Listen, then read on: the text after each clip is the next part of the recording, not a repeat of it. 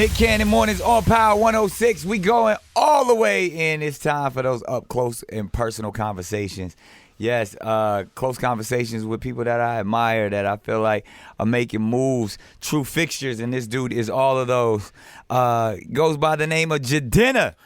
What's good, brother? Yeah. You good? My pleasure, brother. Man, likewise. So this is major because we got a new project on the way, right? Yes, sir. That's clearly everybody knows you from, your past projects and making moves and kind of even being one of the first to kind of usher in this trans-Afrikaner movement that we are now seeing in the main pop culture, more than ever. But just really representing your Nigerian culture in a big way. And now that it's implemented in this project a little bit more, because it's 85 to Africa. 85 to Africa. Tell me about that a little bit. So everybody in the South, like Louisiana, Alabama, Georgia, and anybody in this industry that's worked this Atlanta, New York, LA circuit, you get on that 85 and you go straight to the airport. And in Atlanta, you can go straight to Africa. Certain cities, Lagos, Johannesburg, right? And every city kind of has this. Like you take a highway to the airport and then you out. Right. So I wanted to make an album that showcased that highway across the Atlantic Ocean. And what you talking about, that trans-Africa, I like that phrase. I'm about to jack that. It's all you. But all you. the idea of having a global black culture without these borders. Yeah. That's what I think is happening because of the internet, because of people like yourself, because of my homie Ebro, because of Black Panther and films. Everything in art right now feels like black people across the world, hip hop across the world, Afrobeats across the world is becoming one. Right. And I've had the opportunity to hear you speak on different occasions about, actually going back home and actually being in touch with the people. And your experience is quite unique because you're first generation, right? Your parents were Nigerian. Well, my dad is. So the thing is, I feel like I'm both African American and Nigerian American. Okay. Tell me why. And I feel close to, rest in peace to Nipsey, but Nip kind of represented that bridge as well. So I feel like the hyphen. My mother's American, my dad is African. So for me, I'm a citizen.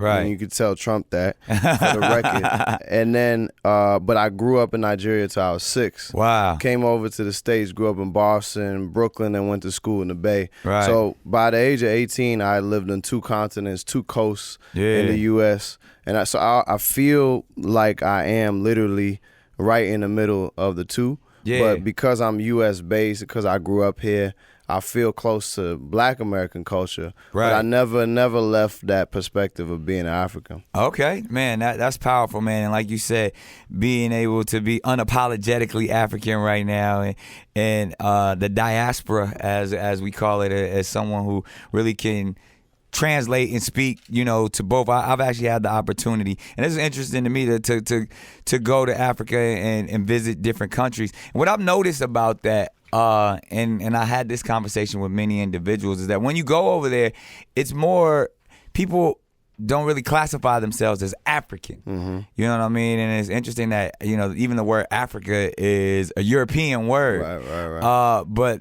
they classify themselves with where they're from specifically, whether it's the country or even more detailed of their lineage. Yeah. And as African Americans, we call ourselves African or refer to that place as Africa. But when you go over there, they be like, "Nah, I'm not African." But from Nigeria or from Uganda. Yeah, and then more specifically about where in our country, I actually don't think we different over here. Right. If you think about it, like when we walk around, like you're not like, "Oh man, you African American." You like. You just Brooklyn. said Mark. I'm from South Brooklyn. Central. I'm from LA. Southeast. That's how it is. It's the same way. Yeah. I was talking to my manager, Yusuf, about this, and he was like, I spotted a dude, and like immediately I could tell he's from Ghana. And I knew what language he spoke. Right. And I'm not from Ghana, but I just know it from traveling. He's like, man, it's amazing how you could do that. Yeah. And I said, well, it's not that amazing. Yeah, like, it's if kind somebody, of, if you heard somebody from Alabama or Brooklyn, you know you immediately. You could call so it. we're actually way more similar. Yeah. And that's like in terms of how we are ethnic groups in a way in this country. it's the same thing across the continent and within the countries of Africa. Real talk, real talk. And another thing that I've been able to see up close and admire about you is your advocacy for education. Yeah. You actually were accepted to Harvard, from what I understand, but actually chose to go to Stanford, 2 Ivy League schools. Like, how did that come about? I mean, even being a young cat who was probably thrown into our education system that, you know, like you said, spending a lot of your childhood in Africa and then coming over here, and then to be able to go and have the ability to, you know, attend elite schools and to make those choices. Tell me a little bit about that journey. I mean, first of all, shout out to my family for prioritizing education. Yeah. That's really why. Like, I wouldn't have gone that direction. I would have been great at something else. Yeah. But it wouldn't have been nothing legal. You know Facts, like, understood. You know what I mean? When I look at, like, if I was in Marcy, I like to think I would have become somebody to some caliber of that, because you know, that Jay-Z is extremely intelligent. Yeah. And he went his route because of where he was from. So wherever you was at, you was going to excel. Oh yeah, no doubt. No, there's no doubt. But for me, it was like this. Like, I went to public school. I took a PSAT test. Yeah. I killed that. Like, I did. Like, it wasn't because of anything other than school came easy. There's certain people, like from Lil Wayne and 2 Chainz, that tell you it just came easy to them for whatever reason, and that brought me to a school that prepped me in high school to be on that Ivy League status. Right. But the people in that school told me that I wasn't gonna get into it unless only because I was black. They was like, oh, affirmative action gonna take care of you. Wow. So what I did was like, all right, bet. Yeah. So I pointed to the library. Right. And in the library, there's all these names of all these white people that had legacy, you know, credits, and they great-grandfather went to the school. And I was like, my last name going to be on that. Right. Number one, I'm going to be varsity basketball captain. Right. I'm going to get into every Ivy League I apply to. Right. And I'm going to reject the best one. Wow. Just so I could brag about it on a rap song. Deadass. Like, I told him this. Yeah. And I did it all. I got into everything. All. Everything. It wasn't just Harvard I rejected. Penn, every single one.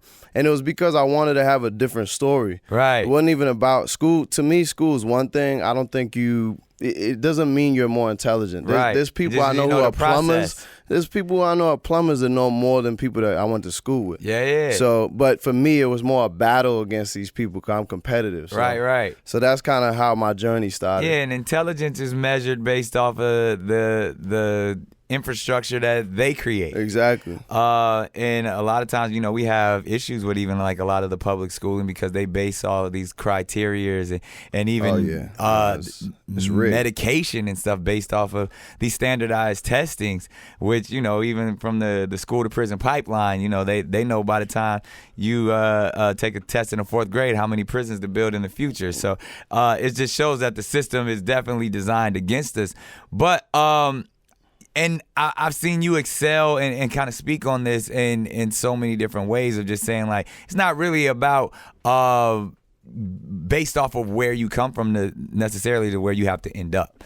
Yeah, I mean, I think that goes without saying. Anywhere you are, you have to figure out how you can overcome your circumstances. But I will say that I'm not one of those people that thinks, oh, I pulled myself up so you can pull yourself up. I'm not a bootstrap. Yeah, some people don't have a bootless man. You don't have a shoelace, so you don't have a boot. Yeah. So I'm more about and I'm also not one of those, like, if you just change one life, they'll just change everybody. You can't take a fire extinguisher to a forest fire and be like, yeah, I just saved one tree. Fixed it. Yeah. So we got a lot of work to do, and honestly, I don't think I'm not even blaming this company actually. Yeah, both. For me, it's on us. It's like, what schools are we making? Yeah. Where are we putting our $1.1 trillion of buying power into? Yeah. If we create our own schools, then it'll be a whole different thing. And that's been a mentality for quite some time. It's funny, like, you just kind of just rolled through your whole journey and just skipped over the basketball captain thing. I mentioned it. Yeah, I'm still proud of it. But I'm saying, like, I don't really see Jidenna in a lot of the celebrity games and all that. Like what? I just came from a basketball game. Really? Actually, yeah. Like, So I flew in this morning.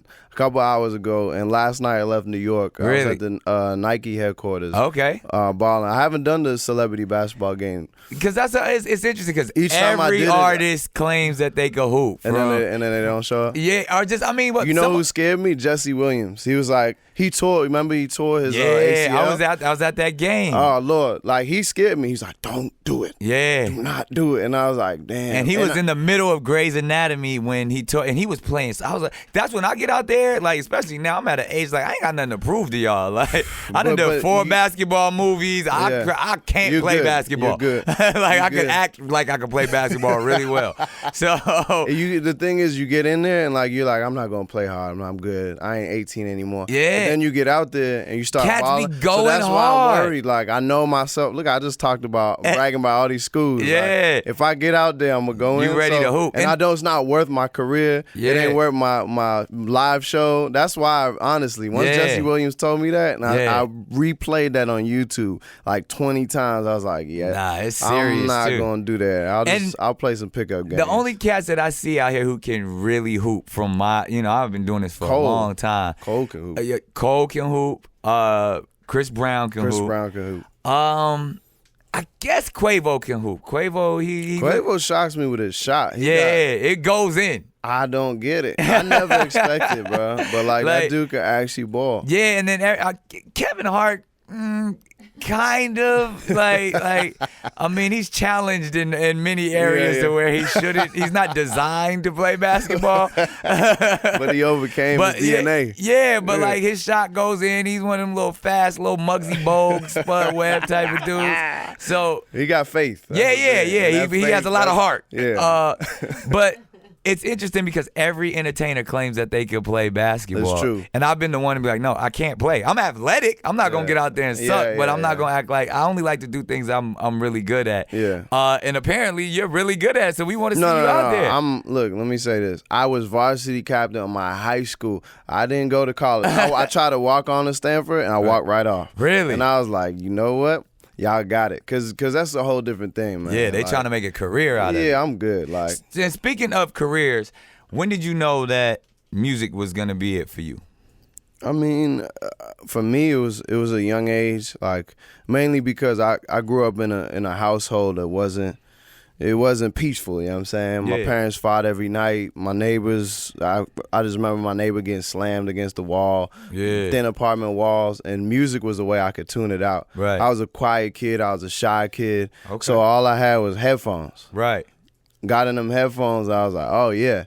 If I can escape this, maybe if I'm making a music or school or ball, one of these things is going to take me far away from this world. Right. So I knew it young, mainly, honestly, because of survival. Really? Yeah. So that was a rap for me. And my homie Black Casper is the one that made me start rapping. Okay. Because he's like, bro, I was a poet. You know what I'm saying? He's like, Spoken word. Robert Frost ain't make no money from this. G. Yeah. Like, you over here studying this Robert Frost, you need to rap. That's what we do. Right. And I was 10, and I was like, all right, cool, got it. Yeah, I'm 3 years fresh off the boat, so I'm still trying to figure, I'm still playing soccer. He's like, nah, basketball is what we do. Right. And so I took that to heart, and I was like, all right, cool, boom.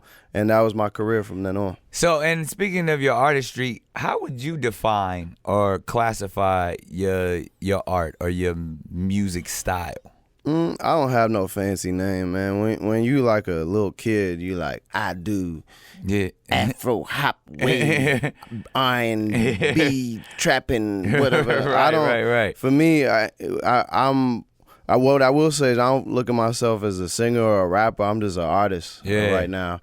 And I know the genres that I flow between, like I call it like Afro soul. Look at me naming it now. Trap, hip hop, R&B soul, and Afro soul smoothed out with the hip hop R&B twist. There it is. That's a genre. Because it don't matter. People will classify it how it is. But luckily, we're in a streaming age, so it's more usual now for people to be crossing, to blend and cross through. Whereas like 5-10 years ago, it was like stay in your lane, son. Stay in your lane. To be classified as something. Yeah. Now, for the people who don't know your journey, how did you get on? I mean, I know Janelle Monae was part of your journey and putting you on board. How did all of that come about, from like being in school to having a #1 record?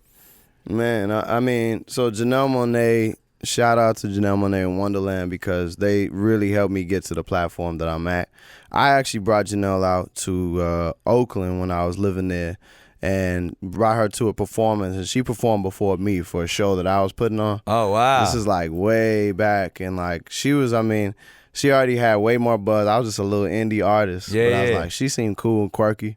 Yeah. Brought her out for Atlanta. First time she ever performed outside of Atlanta was at my show. Oh, wow. And she went before me, and I was like, damn, man, I should not have done it. I got to follow that. She took off, signed with Diddy, boom, boom. But then years later, she would repay the favor and on a way more major way and put me up with Wonderland Records and eventually with Epic Records. So that was my journey. But the thing is, man, like it was a song could change your life. Yeah. My very first published song was a hit record. Yeah. Which is difficult. Like I wasn't able to follow it up the way that I hoped. Mainly because it's literally my first published song. Wow. It wasn't like I had a bunch of songs and y'all heard classic, man. Yeah. It was like, boom, I'm going to put it in the BMI system and bang, bang. And that was I wrote that in the basement, East Flatbush, Brooklyn, New York. Really? And I knew it after when I was performing at parties. A hit is something you feel. Yeah. And I felt it. And everybody felt it. And that song definitely catapulted me onto the radar like 4 years ago. Yeah, and now we are here, and you got a whole new project. Style is being magnified and elevated, and I think people when they hear Jidenna, they know what they getting. You know what I mean? Like you've kind of personified your vibe and your style to where no one else is really in your lane. And was that designed purposefully, or? Man, I hope they know what they get. I think actually that the masses still don't know, and my prayer is that this project and the next project and the next project just shows a more cohesive body of work, so people are like, all right, cool.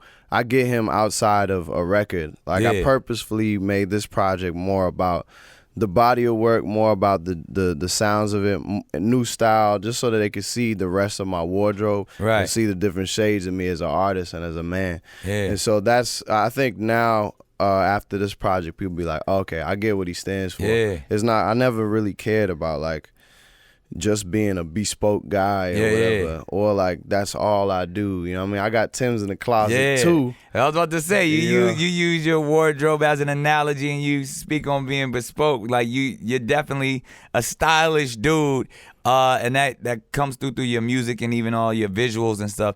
Where does that come from? I mean, most of us just fly. Most of us is fly. Like I don't. It's not. I'm just. It's not an effortless fly. Is it? For me, I don't. Yeah, because I don't study. Like I don't know much about fashion. I'm not. Like I'm not that guy. Yeah. I just like you just get it done. Well, yeah. I mean, some of it is just like okay. So we talk about going to Africa, going to different countries, different cities. When you go, you start realizing that a lot of people make their clothes. They go to a tailor and make their clothes. It's kind of like it was in the South before. Yeah. And in the North and the West, back in previous generations in black and brown cultures, you would make clothes besides a wedding and funeral. So that culture is something that I got hip to, and I was like, all right, cool. My sister put me on. She give me fabric. We go make it. I make my whole wardrobe in Nigeria for the entire year. And and it was cheaper, but looked more valuable than other people's. Nice. People see me on the red carpet like, wow, that suit's probably like a $60,000. What is that, some Versace? No, it's not. It's a black designer, it's a black tailor. It's probably made here by a black person or in Africa. So that's been my MO. And that's why the things look different to other people. I was talking to Busta Rhymes the other day about it, and he was saying they used to do the same thing back in the day with leaders of the new school. They make Busta all they always fly. Yeah, and he was bespoke too. Yeah, and I didn't know that. And you know, Dapper Dan, that whole culture is not something that I started. Yeah, it's just like at the time, I think when I came out, for little kids, it looked like I invented the suit. Yeah, we love being custom. We love being bespoke. and it's in our nature to be individuals. So yeah. It's dope, and I gotta touch on this because obviously, man, the ladies, your fan base is huge in that space. They always, talking about you. I see on the they what is it when they like, is he a zaddy or they like, oh, is he thirst trapping now? All of this type of stuff, man. What's the world like for you in the dating world? Bro, I need help. I don't know how to do it in this lifestyle. I'll be 100%. Yeah. I struggle with it. Like I write records about it. People think it's just a record. Like I wrote this record called Bambi, where I'm talking about being in a hotel and not like being dolo and not having. It's real. Like I don't. Maybe it's because I'm a Taurus or something. I don't know if it's a horoscope thing. That I'm more committed and loyal. So when I don't have the time to build that, I just end up being like, man, forget all this. I'm good. And honestly, I'm from a family that never your style and looks wasn't that fresh to my family. Really? Like your mind and your drive. Okay. So my whole family's mission oriented, business savvy. I don't know. Like I don't look at myself with any more praise or like, wow, this is great. I don't. But even being in a position of the fame and Man, knowing you got screaming fans, my whole team, that doesn't faze me. I'm not here for that. Really? Like on Dead Dogs, as we say in Boston, on Deadest Dogs. Like what I'm here to do is what 85 to Africa is talking about. Right. If I live and die on that, I have done something. Really? That's it. Everything else is like. But you gotta enjoy the ladies. I mean, I hear all of that. I'm right there with you. With the mission. He doesn't believe me, folks. He can tell you. I'm hearing you. He sees me. No, do I do it? Listen, the same rap. Listen. Do I enjoy it? Of course, but I don't. What I feel like I'm not doing is I don't think I'm taking advantage of as many fruits of the labor. I see some of my rapper friends. I'll be like, damn, man, he going in. You going in every night. Like, wow. Right. I'm saying it's not like in my one like it be trust issues. I don't be trusting. Facts. Like I don't be trusting. I don't want to wake up with nothing on the snap. Yeah. I don't. And also like I. So just you ain't don't doing the groupie thing. Nah. But if you happen to, have some chemistry and you on the Hell same frequency with somebody. That is wonderful. I'm trying to get there. Like that occasionally happens, but I would love more of it for the record. Like, Y'all heard it. Jidenna is looking for some more high frequency flyers. You know what it is? It's chemistry. That's what it is. That's what I'm saying. Like, and sometimes you don't get a lot of time. Most of the women I'm meeting are in this industry, like they're working. It's like, wow, I'll be interviewing a woman. I'm like, damn. We have a lot of, but it's like, yo, we're interviewing. Like she's interested. Maybe she's interested, but she's interested because she's doing her job. Right. So like that's what I'm saying. I don't have it. So it's difficult to date within the industry. For me, it is. Especially to find somebody that's solid. Do not care. You know what I'm saying? Because you looking for something that's real. You looking for something that's solid, and in an industry that's created for make believe, it's kind of hard to find that. There's this word that my homegirl put me on. It's called sapiosexual, which means you're attracted to the intelligence.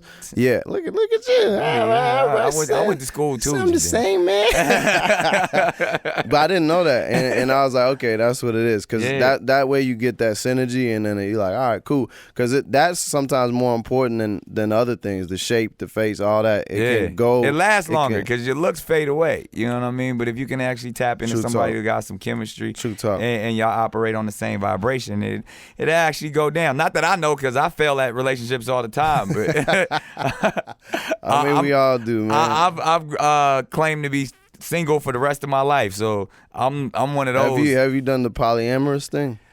I mean, I think that's kind of what everybody does. I think monogamy is not natural, so I feel like the polyamorous thing is kind of our default anyway. But I don't even want any of that. I don't want any titles. I don't want any group thinking type. I don't want to be a part of this group or that group. It's just done. I'm done. I'm good. Yeah. But don't let me be a rain on your parade. I think you will find what you are looking for. I was done a couple years ago, but now I'm like, man, you back at it. Yeah. I'm open. It's like. What you appreciate appreciates. So I'm trying to appreciate what I have. There it is.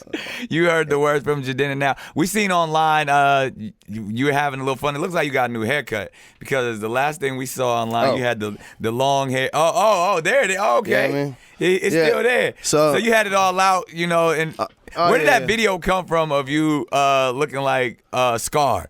That one. Oh yeah, no, it's all in here. Oh, okay. My hair is long. Most of my life I had really long hair, so I just went back to it. Most of my life I had braids or dreadlocks. Yeah. It's just, people caught me when I was like trying something new. Yeah. That video, so one of my management, Yusuf Yui, standing over here in the corner, he saw me he's like, man, you look like some Sir Lucius character right now. Right. So I had to, I had to pimp him out real quick and then be that character for a second. Yo, that was hilarious. It was, yeah. So that guy's gonna come. He's gonna come back. Oh, okay. I enjoy characters. It's sometimes more than I enjoy being myself. And it seems like you can see that in your visuals and stuff like that. And being that there is a theme to this new project, I'm pretty sure we're going to see some interesting stuff. I can go, I need to go way further. Yeah. So when's the official project dropping? August 23rd. August 23rd. Yeah, August 23rd, you get the whole project. And what we leading with? What's the song that everybody... I don't know what people gravitate to, but what we did was put out 4 songs in the span of 3 weeks, I believe. So, and what we did was do one that kind of represented the American side, one that represented more African sounds. Right. And so we led with Tribe, and then we had Sufi Woman. Okay. So it was more of a trap soul hip hop sound, and then the Afro beats wave, and then. We just released Zodi and Susu. Okay. The same thing. It was Susu was more like something you could hear in a cool little strip club, and then Zodi was like more the international sound. That's featuring Mr. Easy. Okay. So I don't know what'll happen. You know what I mean? There's things on the album. I don't care right now. I don't got no expectations. Right. For me, it's just like I wanted to just put out a record that people could see me for me. And then I believe in trusting people's ability to take something and be like, yo, this is the one. Right. Or this is the record. I don't know anymore. And labels certainly don't know. Yeah, and when making a project, it's interesting because, we see cats that, whether it's like J. Cole or even like the YBN Cordae or even Chance just dropped the project. Like when putting a body of work together and calling it an album and knowing you have such a hip hop influence, like, do you go in and be like, yo, I'm trying to drop that classic joint, or yo, I'm trying to have a message of activism in my music, or no, I just want to make people dance. Like when designing your project, specifically even this one, what goes into that? For this one, honestly, I made most of it just by doing a very simple method of making a song a day. Right. Like I learned from certain people that were more prolific than me, like Lil Uzi Vert, right? Yeah. He at the time, like we linked up, and he was I was at the studio he records out of, and everybody's like, he records 5 songs a day. Wow. And I was like, wow. And that's around that same time I was recording with Quavo. Yeah. And did the record Let Out with him, and then a Bambi remix with him. And I watched how Quavo recorded, which is closer to like Lil Wayne, where he record 1 or 2 bars at a time and keep it looping, and then do it very linearly. Yeah. And by doing that, and Quavo's an amazing engineer. Yeah. And I'm a decent engineer too. So we would go back and forth. We were faster than the engineer was there. Sorry, bro. I gotta put you out for that session. But that just seeing those processes made me be like, Quavo knows his settings. And he's got his vocal chain together. And he's just like, he's sending his settings. He's a nerd, low key, dog. Like he's smart as hell. So seeing both of them, it made me be like, I gotta up my frequency because I'm coming off of being a perfectionist. Yeah. And that's actually not a good thing at all. Yeah. Especially not now. Getting in the way of God. Yeah, it's not exactly. So what I did was like, if you have issues with quality, then go quantity. Yeah. So I did a song a day for a while, and that was it. I didn't have no other like, oh, I'm gonna design it. I was like, let me just do it. And that's why everything was effortless. Every song just came through. I wrote these songs, and most of them in a day. Yeah. And that's it. Wow. That's big. That's definitely, like, even myself, I'm probably on the other end of the spectrum where it's like I make so much music, but I just don't put it out just because it's that idea of like, all right, everybody's gonna have this judgment or say this. Or, oh, I only want to do this. I only want to operate on the highest level. Yeah. So I want to make sure, like, I'm thinking like, yo, I gotta the verses gotta be crazy, the hooks gotta be smashes, and I know it hurts you, man. Like I've been doing that for years, and I can't do that anymore. But I said this the other day, a few weeks back. my homie Kalonji and Zinga told me this. He said procrastination is the denial of death. When you procrastinate, you acting like like life is guaranteed, or like, let me wait, like, you know, I'm gonna put this out when people are ready. Like that don't work like that. Hey, that's and the wisdom people right winning there. ain't working. That is not how it works.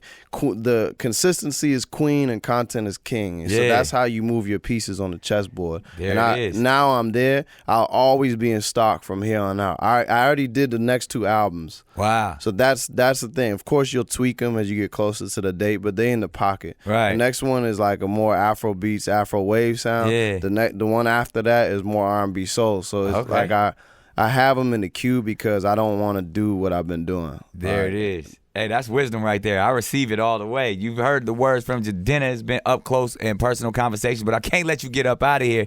You see, I got the vest on. Yeah, I gotta hit you with the firing squad questions. Let me get my. We turban up in over here. Let me get ready. Man. We got the crowns on. We about to get real guru-ish in here. This is real easy though. You got this. You ready? Hi, I'm ready. All right. That's hilarious. Because I'm not good at trivia. Yeah. It's all about you, though. I got this on now, so I'm good to go. There it is. Loved or feared? Loved. Really? Yep. All right. So, Jidenna's fear. What's your greatest fear? My greatest fear is not doing what I came here to do. It's failing by there's a proverb that says many a false step are made by standing still. So my greatest fear is overthinking and standing still. Being docile. Yeah. All right. Favorite movie of all time? Malcolm X. Ooh. Tied with The Godfather. Really? One. Really? Yeah. I'm definitely. You're not with The Godfather. I think The Godfather's a little overrated. It's not overrated. Yeah, like I'm gonna go like. I'm definitely with you on Malcolm X, 100%. And I'm gonna go Wolf of Wall Street. Wow. Yeah, I got. You gonna put that over Godfather? Absolutely. Yeesh. Just Scorsese over Coppola.